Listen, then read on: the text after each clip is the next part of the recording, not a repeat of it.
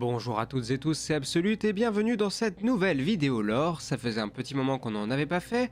Je vous propose donc aujourd'hui de revenir sur les apprentis secrets que Dark Vador a pu avoir, notamment dans le Legends. Mais on verra aussi une petite partie canon.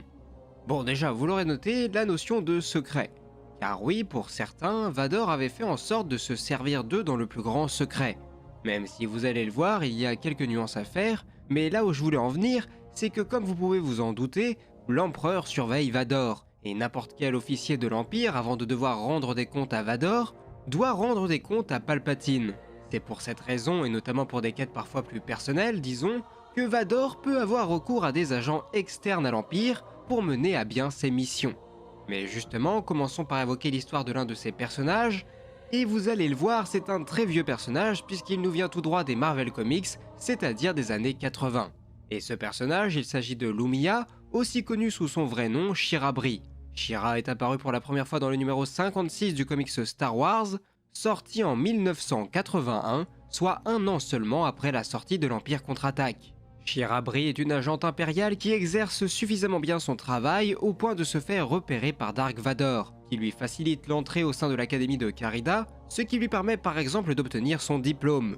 Une fois celui-ci en poche, elle se voit confier une mission de la plus haute importance, infiltrer l'Alliance rebelle et assassiner le héros de celle-ci, le chevalier Jedi Luke Skywalker.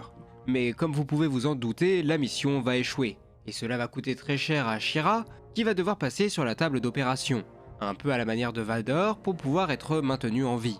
Elle va ainsi, un peu contre sa volonté, se rapprocher de son mentor, qui va d'ailleurs se mettre en tête de lui enseigner les voies de la force, et plus particulièrement du côté obscur. Car oui, Shira est elle aussi sensible à la force. Elle va à partir de là prendre le nom de Lumiya, la Dame Noire des Sith. Elle a ainsi poursuivi sa carrière comme agent servant à la fois l'empereur et son propre maître. Malheureusement, ceux-ci voient leur fin arriver plus tôt que prévu au-dessus d'Endor, et à partir de là, Lumiya va poursuivre son histoire dans l'ombre, influençant comme elle le peut les divers seigneurs de guerre impériaux, tels que Cardor Jax, qu'elle entraînera d'ailleurs légèrement aux arts de la force.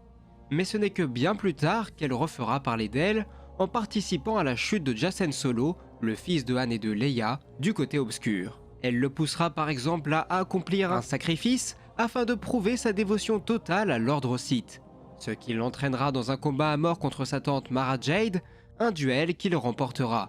Cette perte mettra Luke Skywalker dans un état de vengeance épouvantable, car persuadé que le meurtre est du fait de son ancien ennemi Shira Brie, il se lance à sa poursuite et au terme d'un combat au cours duquel l'issue ne fait aucun doute, Luke finit par décapiter son adversaire, qu'il pense alors responsable du meurtre de sa femme.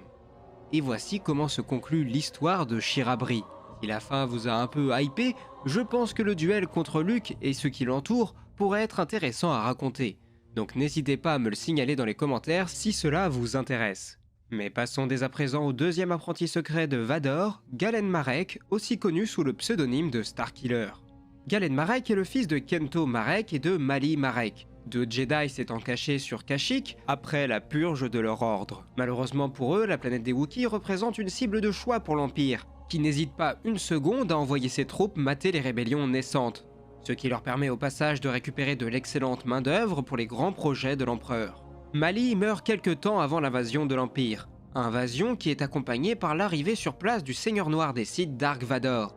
Et comme vous pouvez vous en douter, les choses vont plutôt mal tourner pour Kento, qui ne fait pas le poids face à la puissance du Seigneur Noir. En examinant la maison du Jedi, Vador se rend compte que la puissance brute dans la force qu'il avait ressentie en arrivant ne provient en réalité pas du Jedi, mais de son fils, qu'il cherchait à cacher. Celui-ci ayant un énorme potentiel, Vador abat les troupes qui se trouvent autour de lui et décide de s'occuper du nouvel orphelin. Orphelin qu'il élèvera dans le plus grand secret, apparemment pour éviter que l'empereur ne sache qu'il complote contre lui. En effet, Starkiller est élevé dans l'espoir qu'un jour, lui et Vador soient suffisamment puissants pour renverser Sidious. Une fois sa formation presque achevée, le Seigneur Noir se met en tête de lui donner quelques missions, chacune ayant pour objectif principal de mettre à terre des Jedi ayant survécu à la purge. La première le mène auprès de Ram Kota, la seconde auprès de Kazdan Paratus et la troisième auprès de la Togruta Shakti. Des missions qu'il accomplit toutes avec succès. À son retour, il vient remettre son rapport à son maître, mais il est surpris par l'arrivée inattendue de l'empereur. Son plan ayant échoué, Vador trahit son apprenti, le transperce de sa lame et le projette dans le vide de l'espace, espérant ainsi prouver de nouveau son allégeance à l'empereur. Malgré sa blessure, que d'aucuns auraient considérée comme mortelle, Vador parvient à récupérer le corps de son apprenti et à le soigner. Il lui explique les raisons qui l'ont poussé à agir ainsi et lui donne une nouvelle tâche à accomplir.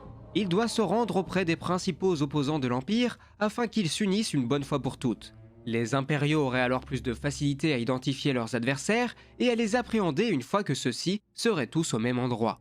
L'apprenti s'attelle donc à sa tâche, une fois encore avec succès, car il parvient à se faire rencontrer les sénateurs Organa d'Alderaan, Motma de Chandrila, ou bien encore Garm Bel Iblis, le sénateur de Corellia. Malheureusement, il est une fois de plus trahi par Vador, qui ne l'ayant pas prévenu de la deuxième partie du plan, le laisse une fois de plus pour mort. Car en réalité, tout cela n'était qu'un vaste plan de l'empereur qui consistait à faire se révéler au grand jour les ennemis de l'Empire. Et comme beaucoup durant toutes ces guerres, Starkiller n'était en réalité qu'un pion. Ayant embrassé les idéaux de la rébellion et ayant compris qu'il ne pouvait plus faire confiance aux Sith, Galen cherche à réparer ses erreurs. Il se rend donc à bord de l'Étoile de la Mort, une station spatiale gigantesque construite par l'Empire, dans laquelle se trouvent les leaders de la rébellion. Et au terme d'un combat épique qui lui coûte la vie, il parvient à gagner suffisamment de temps pour que sa compagne Juno Eclipse réussisse à faire évacuer les prisonniers. Une fois libérés, ceux-ci se réunissent de nouveau et fondent les bases de la rébellion qui prend pour emblème le symbole de la famille Marek. L'histoire de Starkiller aurait pu s'arrêter ici, mais ce n'est pas le cas. Après sa mort sur l'Étoile de la Mort, Vador récupère l'ADN de son apprenti et va se mettre en tête de le cloner. De nombreux sujets sont alors mis à l'épreuve, mais aucun ne donne une entière satisfaction. Les divers sujets semblent être instables, les souvenirs du modèle d'origine perturbant grandement le fonctionnement des clones. Cependant, le sujet 1138 semble obtenir des résultats encourageants. Vador vient l'inspecter au cours d'une visite des installations de clonage de Kamino, mais celui-ci semble de nouveau déçu par les résultats qu'on lui présente. Cependant, ce clone ne comptait pas se laisser faire, et son attirance pour Juno Eclipse étant plus forte que jamais, il se met en tête de partir à sa recherche. Ce qui le conduit à fuir Kamino, à traquer Boba Fett, et le ramène de nouveau auprès de Ram Kota, avec qui il mène un assaut frontal sur Kamino pour délivrer sa dulcinée. Cela le pousse à affronter Vador une nouvelle fois, un combat qu'il remporte et qui permet à l'Alliance d'emprisonner le Seigneur Noir. Après cela, nul ne sait ce qu'il advint du sujet 1138, ni de la manière employée par Vador pour se soustraire à la surveillance de ses geôliers. Mais maintenant que je vous ai donné deux exemples d'apprentis venant de l'univers Legends, je me dois bien de vous donner un exemple nous provenant du canon. Alors en réalité, dans le canon, Vador n'a pas d'agent sensible à la force lui venant en aide, du moins à l'heure où je vous écris cette vidéo.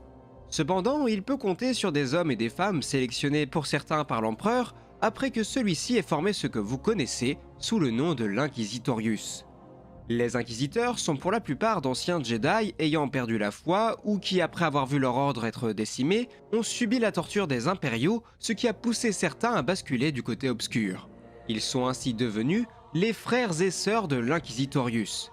Et même si leur ordre était régi par l'empereur, chaque inquisiteur devait rendre des comptes à Vador et à l'homme qui servait de pont entre Vador et les inquisiteurs, le Grand Inquisiteur, un ancien gardien du Temple Jedi. Au cours de leur existence, les inquisiteurs ont été déployés partout à travers la galaxie afin de traquer les survivants de Jedi, que ce soit sur Mont Calamari, Lothal ou même Tatooine, comme nous serons prochainement amenés à le découvrir dans la série Obi-Wan Kenobi. Par la suite, et probablement en partie par la faute d'un trop petit nombre de Jedi survivants, l'Inquisitorius a disparu, bien que l'on puisse aussi estimer que la mort d'un nombre trop important de ses membres ait pu conduire à la dissolution de celui-ci. Mais voilà ce qu'il en était pour ce petit résumé de l'Inquisitorius. Sur ce, cette vidéo est à présent terminée, j'espère qu'elle vous aura plu. Comme d'habitude, n'hésitez pas à me donner votre avis dans les commentaires, à partager la vidéo autour de vous et à vous abonner pour ne rien louper des futures sorties. Encore une fois, je remercie chaleureusement toutes les personnes qui me soutiennent, que ce soit sur Utip, YouTube ou ailleurs, merci à vous tous vraiment. Enfin, moi il ne me reste plus qu'à vous dire à la prochaine pour de nouvelles vidéos, et que la force soit avec vous, c'était Absolute, ciao.